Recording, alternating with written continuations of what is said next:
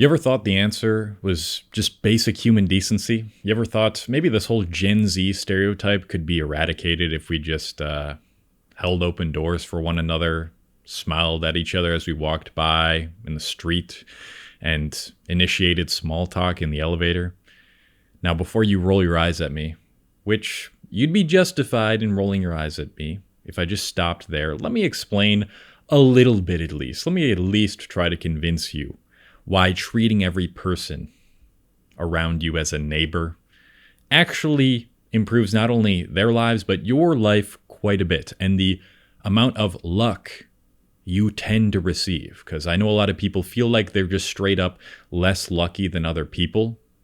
And part of that is just straight up true. It's a matter of being in the right circumstances at the right time, and there's nothing you could do to control that. There's luck that exists outside of your control, like where you were born and to an extent how you look like, your genetics. And there's luck you can control, which depends on how you engage with the external world.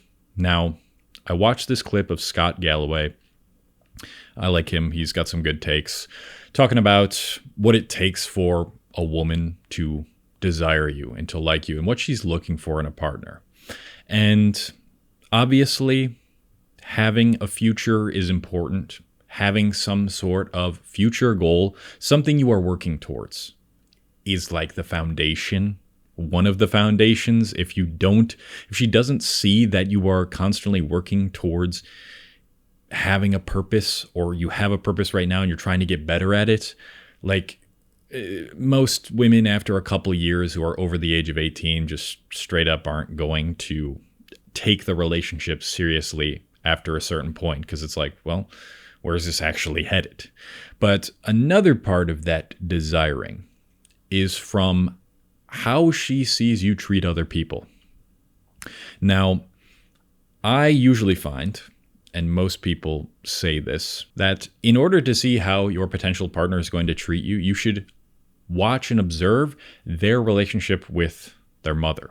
And I've found this to be true in most cases, unless this person has had like a really traumatic childhood and their mother is just not a good person. How that man treats their mother is usually indicative of how they're going to treat their significant other.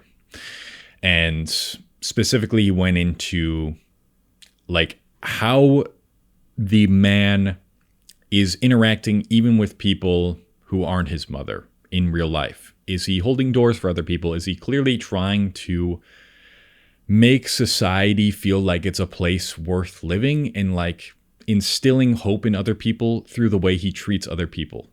Is he smiling? Is he saying hello? All of these things. And I truly do think the more that you do that on a daily basis, the more lucky you're just going to find yourself being. Now, Gen Z has this stereotype that I briefly brought up in the introduction, which is the Gen Z stare. I assume this started, I don't know much about it. I assume this started due to some patterns that older generations were noticing compared to how they interact with any other generation. You know, Gen Z as a cashier or some other employee, I feel like we just straight up smile at each other less. And there was enough instances of this to the point where it blew up and became an entire meme. And I mean, all the older generations like, oh, this generation just isn't kind enough like they used to be. But there is some truth to it to an extent.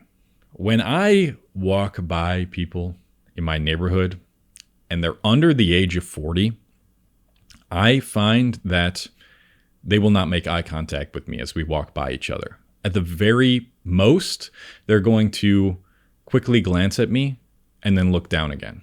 But everyone over the age of 40 looks at me, smiles, and says, good morning or good afternoon. Now, part of that is because they're probably just generally happier people. They've got their lives figured out. They're walking a dog. They can pay for the dog. They've got the house. They figured out life pretty well, right? But also, I think older generations did a much better job at upholding social obligations, social contracts that silently said, they didn't necessarily say it out loud, we, no matter who you are, need to treat each other as if you are a neighbor, as if I know you personally. That means all the things I said. You smile as you walk by someone. You initiate the small talk. You don't expect much in return. You just do things selflessly, just because you generally know that, everyone's got a difficult time on this earth, and we're all trying to engage in a society that's genuinely or generally quite enjoyable to live in. And so therefore, even when I'm tired, even when I don't feel like it, I'm going to do all these quiet social obligations. Now, we feel less of an obligation, I think, Gen Z does. And partly that is justified, because the feedback we get from the earth now, from our society, is basically like, it doesn't matter what you do, it doesn't matter how kind you are, you're not going to receive anything in return. And it is a lot tougher for younger people right now. And part of it is because big tech has convinced a lot of us to focus on very superficial aspects of our character. We focus on the appearance. We focus on only about what we can get out of other people. And it's this kind of survival mode where we need to focus on those things just to feel like we can live another day. So I understand that part. I understand it because I've read the studies. I understand social media. I'm on it a lot. And I introduced this study in one of my last main channel videos that doom scrolling produces the same sort of PTSD-like effect as being at the actual traumatic event that you are doom scrolling and watching. That's how bad this is. And so naturally, if you're constantly in an environment which is threatening your survival on a subconscious level, even though you're not actually there, you're constantly dysregulated. You are constantly searching and scanning for threats in your environment and trying to preserve yourself. And so if you're constantly in that dysregulated state of mind, then naturally, anybody who you don't already have a relationship with or seems to give off a weird vibe, you're going to think this person's a threat. I'm not even going to choose to interact with them. And then there's also the aspect of I don't owe anyone anything culture.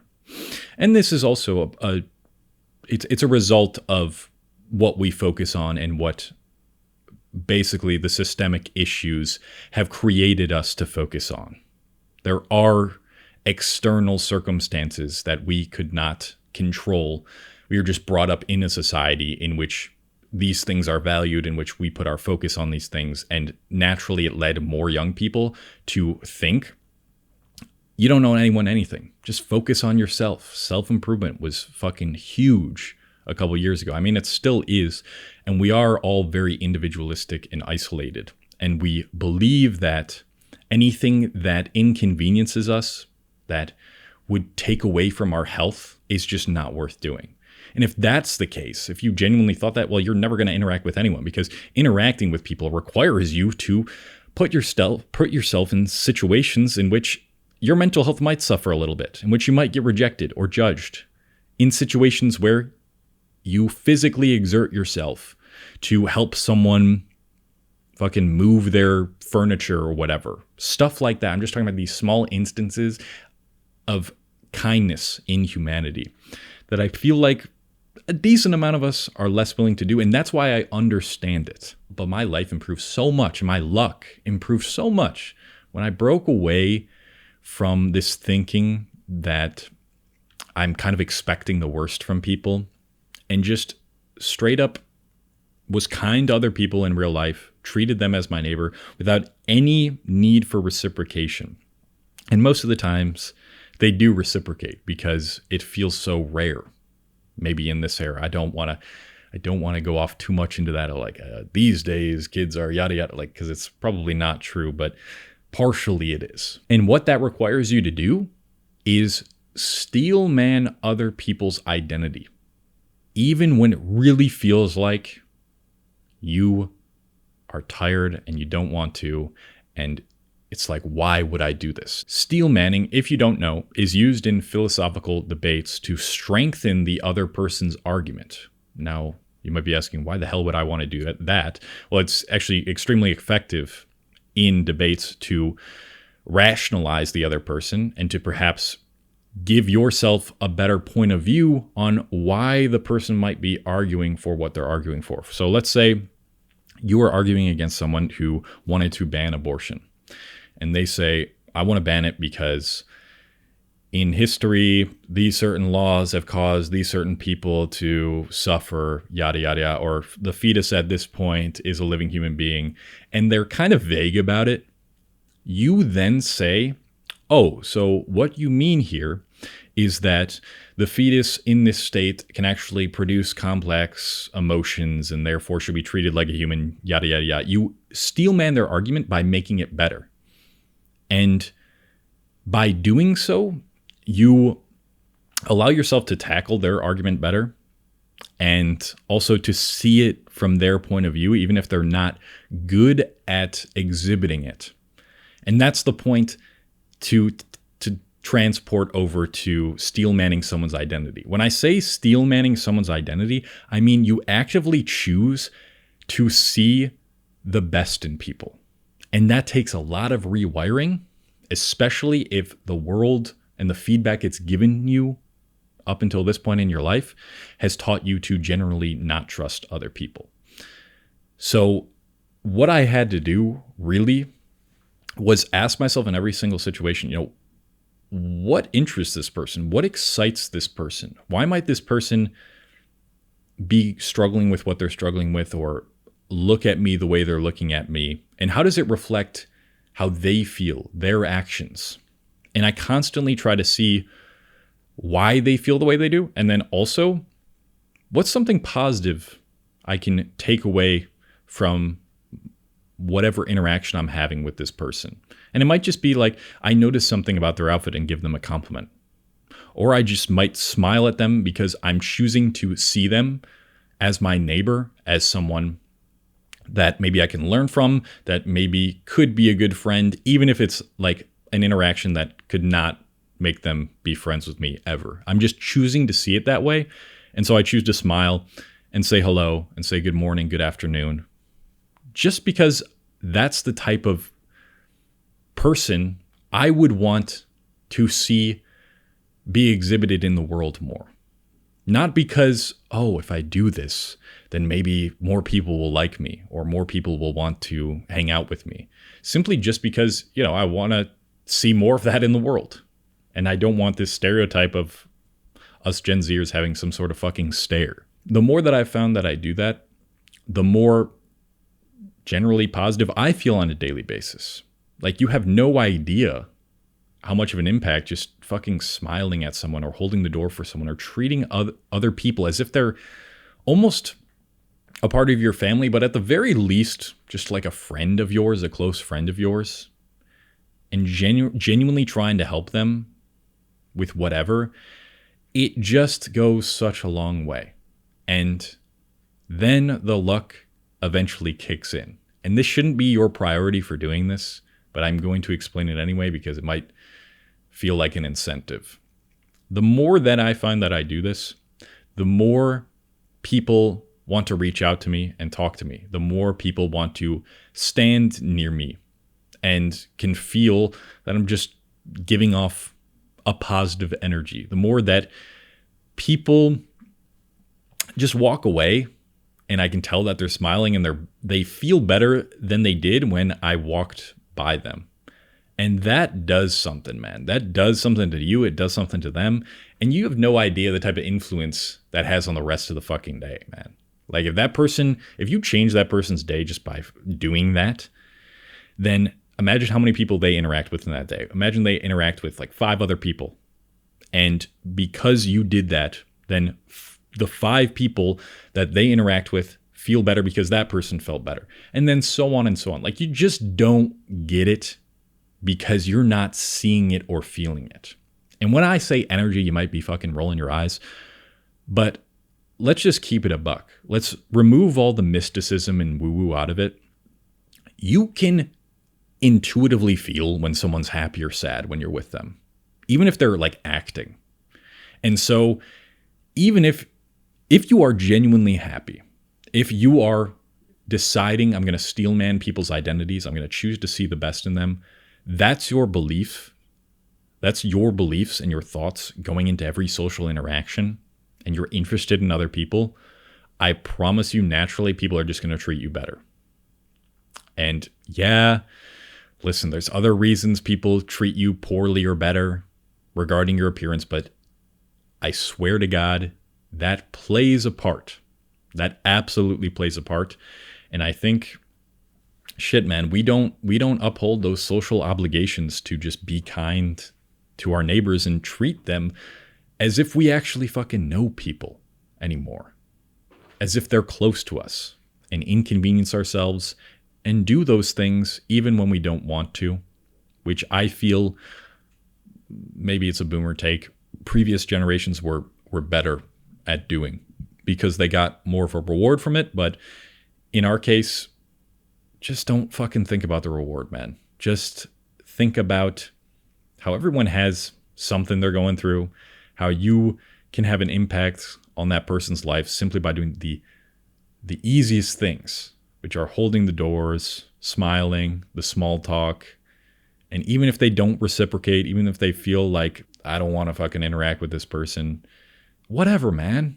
Just do it anyway. Because more likely than not, they're just going to be happy that someone finally paid attention to them and treated them like a human. Let me know your thoughts about this. You know, if you think I'm just a dumbass who sounds like a boomer, that's fine. I'd love to hear some more comments about maybe something you've done similar and how it's affected you in a positive way. And I'm going to promote my novel now, which I always do at the end of this video. I'm writing a novel, which is almost done at this point. We're over 80,000 words in, about a 21-year-old living in a post-pandemic world. That's the current world we're living in, who goes through this really tragic loss and develops the ability to see into a parallel reality. It's going to blend all my favorite genres of reading: fiction, sci-fi, fantasy, philosophy, self-improvement. And I'm just going to instill all the lessons that I've learned in my life to make me the most fulfilled and happy I've ever been right now into that book in this whole sci-fi fantasy form. If that interests you, then you should follow along on the progress updates, which are on my Substack. And my Substack you can subscribe to by going to the link in the description. And also I have a self-mastery school. This is where we meet in a video call every weekend with a few people. And we discuss ideas like this, how to make life more enjoyable, more purposeful. So if you're struggling with that right now and you want a group of people to talk to, go check it out. Link in the description to that as well. And yeah, that's it.